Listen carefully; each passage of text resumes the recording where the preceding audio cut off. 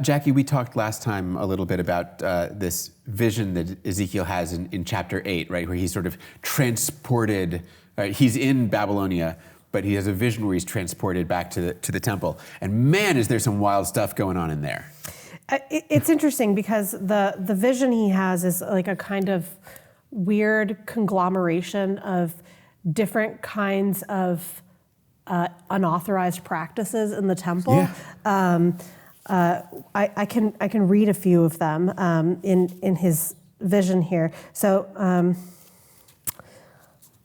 God said to me, "O mortal, lift up your eyes now in the direction of the north." So I lifted up my eyes towards the north, and there, north of the altar gate, in the entrance was this image of jealousy. And what we're not sure what that is, but it could be the like sculptural image to Asherah that Manasseh had up.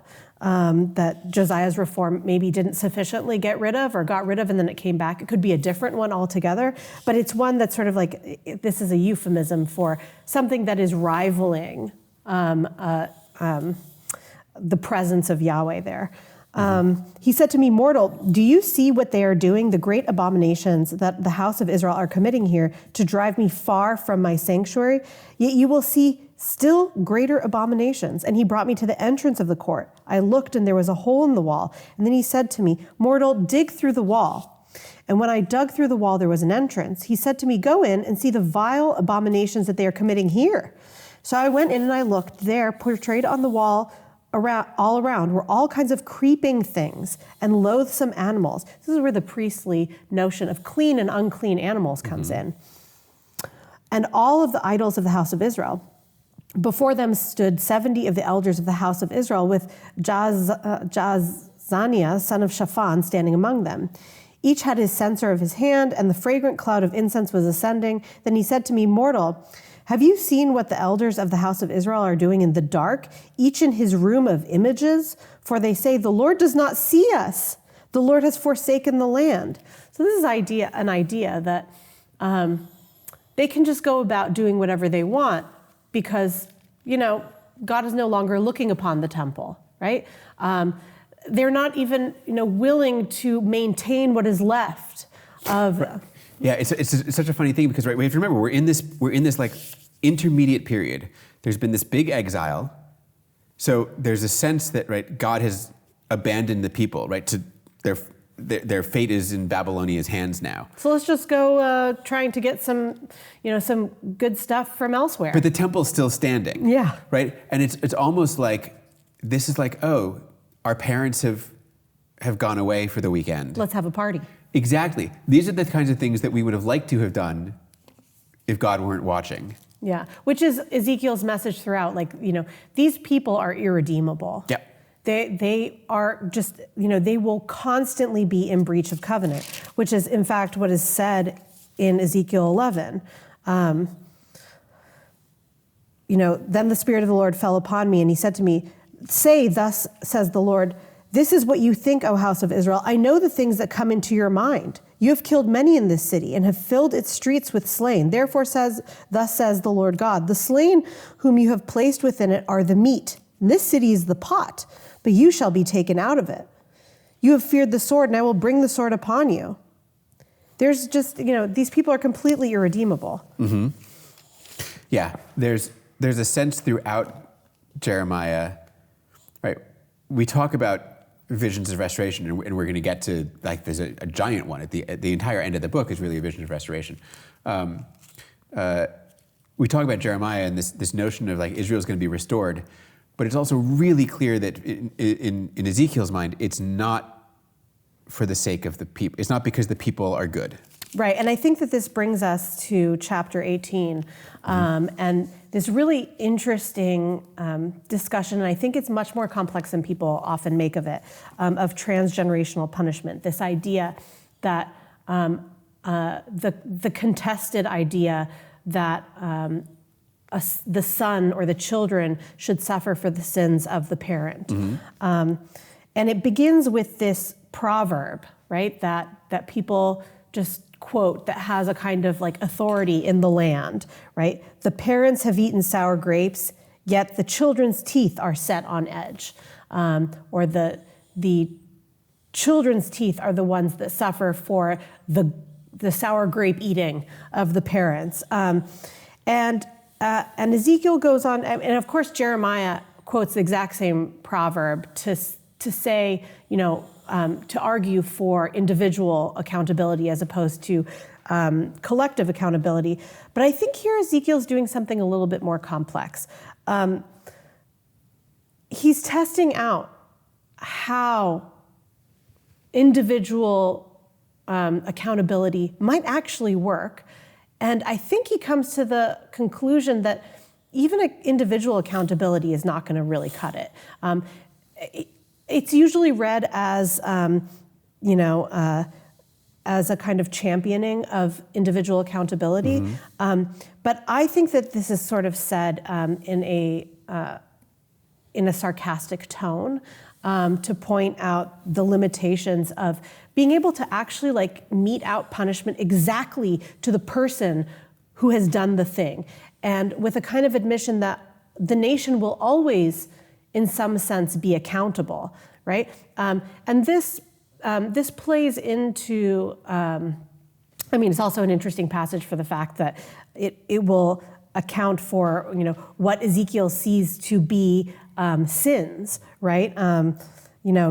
That eating upon the mountains, defiling one's neighbor's wife, oppressing the poor and needy, committing robbery, not restoring the pledge, lifting one's eyes up to idols and committing abominations, taking advance or accrued interest, right? We see sort of on the way to his argument of individual responsibility that all the things that he thinks are reprehensible. So that's kind of an interesting aside.